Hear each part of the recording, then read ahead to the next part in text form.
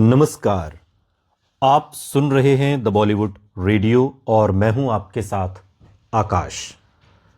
दोस्तों, आज के इस पॉडकास्ट में किस्सा राजेश खन्ना का है और लेकर चलेंगे आपको उस दौर में जब राजेश खन्ना फिल्में तो बहुत कर रहे थे, लेकिन उनके सितारे गर्दिश में ही रहे।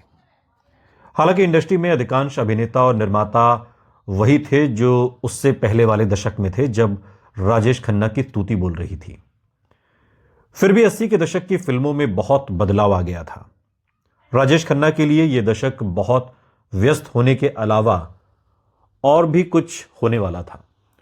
उन्होंने फिल्म अमरदीप के रूप में 70 के दशक को संतोषजनक ढंग से विदा किया था, लेकिन उनकी सफलताएं किसी के लिए अब चुनौती नहीं थी।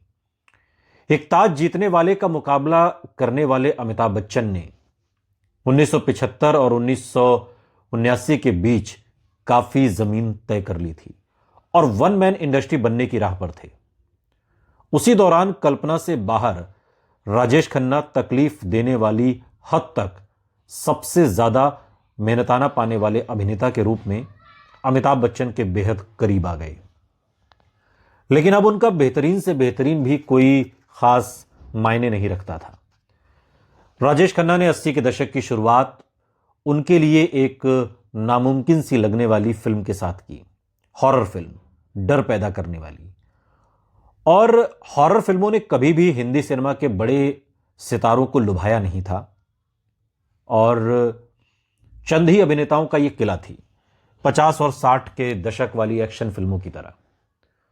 20 साल बाद जो 1962 में आई या 1964 में वो कौन थी, या फिर 1965 में गुमनाम, इनकी कामयाबी भी बड़े सितारों को हॉरर फिल्में करने के लिए खींच नहीं पाई। और बाद के दिनों में आपको याद है, रामसे ब्रदर्स के मैदान में आ जाने के बाद तो ये अलगाव पक्का हो गया, बी ग्रेड का ठप्पा भी लगा। उस साल राजेश खन्ना की आने वाली पहली फिल्म एक हॉरर फिल्म थी। डैनी डेंजोंगपा द्वारा निर्देशित और काम चलाऊ से कुछ बेहतर आर डी बर्मन का संगीत लिए आज फिर वही रात जो 1980 में आई, खास रामसे ब्रदर्स की हॉरर फिल्म लग सकती है। लेकिन जब वो बनाई गई थी तब राजेश खन्ना एक बहुत बड़ा नाम हुआ करते थे और फिल्म जिस किस्म की फिल्मों के आम साजो सामान से ऊपर उठ जाए, इसके लिए पहली बार निर्देशक बने डैनी ने फिल्मों में काफी कुछ फिल्म में डाल दिया था। कुछ अच्छे गीत थे, जैसे लता मंगेशकर का नैना बरसे और जगदीप के साथ एक अच्छा खासा कॉमेडी गाना भी। सही कहें तो किसी सितारे की उपस्थिति से फिल्म बच जानी चाहिए थी और डैनी के पास राजेश खन्ना के रूप में एक सितारा था। लेकिन अफसोस कि राजेश खन्ना की उपस्थिति फिर वही रात फिल्म के लिए भारी रही। पहले सीन से ही सफारी सूट पर कमरबंद पहने राजेश खन्ना अलग से दिखाई देते हैं। करियर में पहली बार एक नई एक्ट्रेस के साथ उनकी जोड़ी बनाई गई थी और वो उनके बड़े भाई की भूमिका निभाने की उम्र के लग रहे थे, यानी कि दोनों की उम्र में काफी फासला स्क्रीन पर नजर आ रहा था। लेकिन फिर वही रात फिल्म में जो चीज सबसे ज्यादा खटकी वो ये कि गीतों में भी राजेश खन्ना अपने आप में नहीं लगे। और हैरानी नहीं कि कुछ ही सालों में फिल्म हमेशा के लिए एक तरीके से बिखर गई और इस फिल्म में कुछ भी ऐसा नहीं था कि जिसे याद रखा जा सके या जिसको लेकर राजेश खन्ना की तारीफ की जा सके जो उस दौर में होती थी। लेकिन फिर भी चूंकि अपने से पहले दिलीप कुमार और बाद में अमिताभ बच्चन से विपरीत राजेश खन्ना शायद वो वाहिद अदाकार सितारे थे जो अपने किरदारों को बुनियादी तौर पर नहीं बदल पाते थे। उन्होंने अपने बाहरी रूप को बदलने की कोशिश की, बंधन और दाग जैसी फिल्मों के साथ, लेकिन दुश्मन जैसे किरदार जिनमें उनका काया पलट ही हो गया था, एक अपवाद भी थी। फिर भी यह मानना गलत होगा कि उनके अंदर के फनकार को सितारे से चुनौती नहीं मिलती थी। उन्हें दिलीप कुमार या अमिताभ बच्चन से यह बात अलग करती थी कि किसी भी किरदार को अलग ढंग से अदा करने के लिए शारीरिकता पर निर्भर नहीं होना पड़ता था। जरूरत पड़ने पर उनका सूक्ष्म सा फर्क कर देना ही जाने पहचाने किरदार को इतना अलग कर देता था कि नतीजा जादू कर देने वाला होता है, जैसा वो अपनी अगली फिल्म में साबित करने वाले थे। स्माइल श्रॉफ द्वारा लिखी और निर्देशित थोड़ी सी बेवफाई 1980 में आई और इस नए दशक में उनकी ये पहली बड़ी सफलता भी थी और उसमें पुराने राजेश खन्ना की झलक भी थी। थोड़ी सी बेवफाई का नायक कर्म या फिर वही रात का हीरो जैसा लग सकता था, लेकिन उसे सिर्फ हल्के से संयम के साथ अदा करके राजेश खन्ना ने उस नायक को उन किरदारों जैसा बना दिया जैसे वो अपने सुपरस्टारडम के दिनों में हुआ करते थे।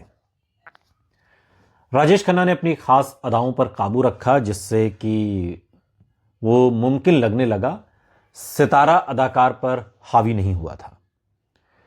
थोड़ी सी बेवफाई की कहानी में राजेश खन्ना और शबाना आजमी की भूमिकाओं की लंबाई लगभग बराबर है, लेकिन पटकथा ऐसे तैयार की गई कि जैसे जैसे कहानी आगे बढ़ी पर्दे पर राजेश खन्ना की मौजूदगी कम होती गई और इसलिए इसे मुख्य भूमिका भी समझा जाता है और चरित्र भूमिका भी, कैरेक्टर आर्टिस्ट के तौर पर भी, मेहमान कलाकार। यहां शायद एक इशारा छुपा हुआ था कि अगर राजेश खन्ना समझ लेते तो अच्छा होता। वक्त आ गया था अधपकी मुख्य भूमिकाओं के बजाय मजबूत चरित्र भूमिकाओं के बारे में सोचने का। फिल्म ने राजेश खन्ना को टिकट खिड़की पर कामयाबी दिलाई और किशोर कुमार और गुलजार के लिखे गीत हजार राहें मुड़ के देखी कहीं से कोई सदा ना आई, किशोर कुमार और लता मंगेशकर की आवाज में फिल्म फेयर पुरस्कार भी इन्हें मिला।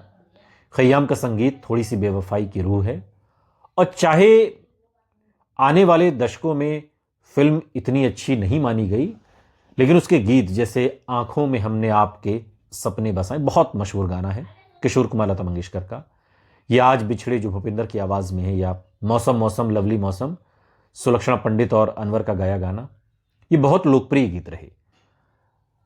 अगर फिल्म थोड़ी सी बेवफाई ने राजेश खन्ना के अंदर अभिनेता की ऐसे किरदारों को करने की ख्वाहिश दिखाई जो सितारों को परे रख सके, तो उनकी आने वाली फिल्म ने बिना शक ये साबित कर दिया कि राजेश खन्ना अलग प्रयोग करने में भी एक माहिर कलाकार हैं। लेकिन वो कहते हैं ना कि जैसे जैसे वक्त बढ़ता जा रहा था, राजेश खन्ना का सुपरस्टारडम तो बहुत पीछे छूट चुका था और वो बार बार उन्हीं दिनों को वापस लाना चाहते थे। उनकी ये ख्वाहिश रहती थी कि मैंने जो अब तक किया, जो 15-17 back to back super duper hit फिल्में दी, वैसा दौर वापस आ जाए। लेकिन कुछ दौर मौसम की तरह होते हैं, वो दोबारा लौटते नहीं। ये ठीक है कि राजेश खन्ना ने बाद के दिनों में भी कुछ अच्छी फिल्में की। 2-3 साल बाद उनकी जो 83 में सौतन आई या अवतार आई, लेकिन वो जो तिलिस्म था जो 1969 से 1972-73 तक था, वो जादू राजेश खन्ना का कभी नहीं लौटा और उसी जादू को लौटाने के लिए राजेश खन्ना ढेरों फिल्में साइन करते थे। ओवर एक्सपोजर का शिकार हो गए, इतनी फिल्में उन्होंने साइन कर ली। शायद राजेश खन्ना ने अगर चुनिंदा फिल्में की होती तो वो ओवर एक्सपोजर का शिकार नहीं होते और शायद उनके जो सुपरस्टारडम का ग्राफ है उसका कालखंड थोड़ा सा और लंबा होता। सुनते रहिए द बॉलीवुड रेडियो, सुनता है सारा इंडिया।